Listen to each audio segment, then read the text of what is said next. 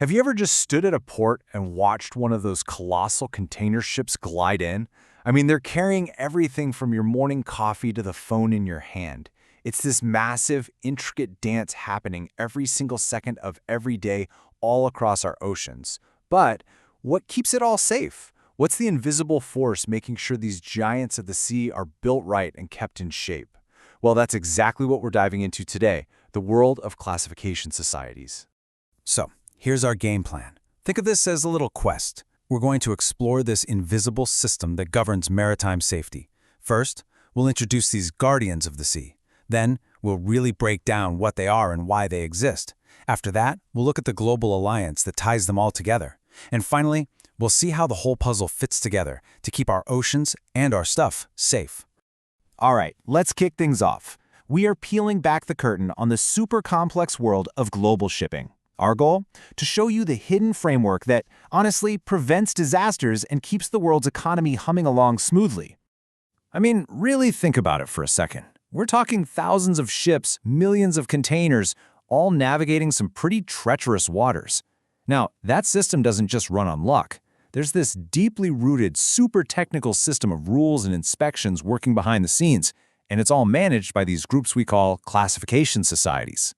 Now, the key to really cracking this topic open comes from our source material, Chapter 13 of a Maritime Text, to be exact.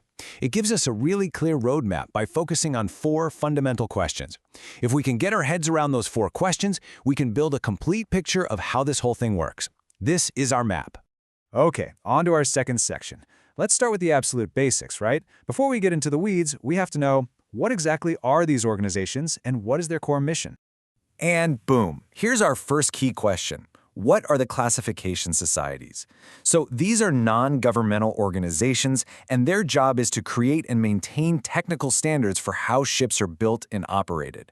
You can think of them as totally independent third-party experts. They're there to make sure a ship is safe and seaworthy, from the first design blueprint all the way to its final voyage. And right on the heels of that is our second key question. So what are their purposes? Well, their number one mission is to protect life, property, and of course the natural environment. They do this by developing these things called rules, which are really just technical standards, and then they verify that ships actually meet them through constant surveys and inspections. This classification is absolutely critical for getting insurance, financing, and even just permission to enter a port. So you can see right here, these are like the twin pillars of our whole understanding. On one side you have identity, they're independent expert organizations.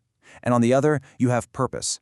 They protect us all by setting and checking technical standards. You really can't fully grasp one without the other.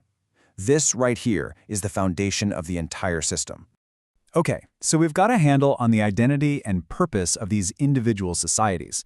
But here's the thing. They don't just operate in a vacuum. The maritime world is global, right? So the system that governs it has to be global too.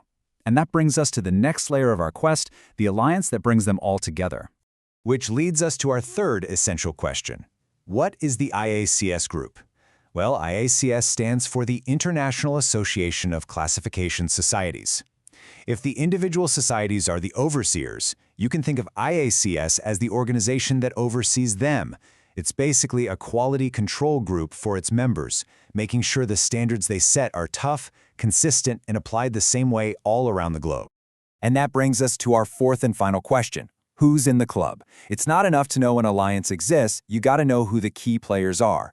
The IACS group has 12 member societies. You've probably heard of some of them, like Lloyd's Register from the UK, the American Bureau of Shipping, or ABS, and DNV from Norway. Get this, together, these 12 members classify over 90% of the world's cargo-carrying ships. That's a lot. And this slide just lays it out perfectly, doesn't it? It's a super logical 4-step journey. We started by figuring out what these societies even are, then we defined their mission. From there, we zoomed out to see the international alliance they formed, and finally, we identified who's actually in that alliance. It's a perfect roadmap, taking us from the nitty-gritty details to the big picture. So let's bring it all home. We've seen how this invisible system really works. It's this layered structure, you know? You've got independent experts, they're all united by a common mission. And the whole thing is harmonized under a single global alliance. That's the framework. That's what keeps global trade safe and moving. So, let's just quickly recap the 4 keys we've unlocked today. We figured out what these societies are, why they even exist, how they're all united under the IAS Alliance, and who the major members are.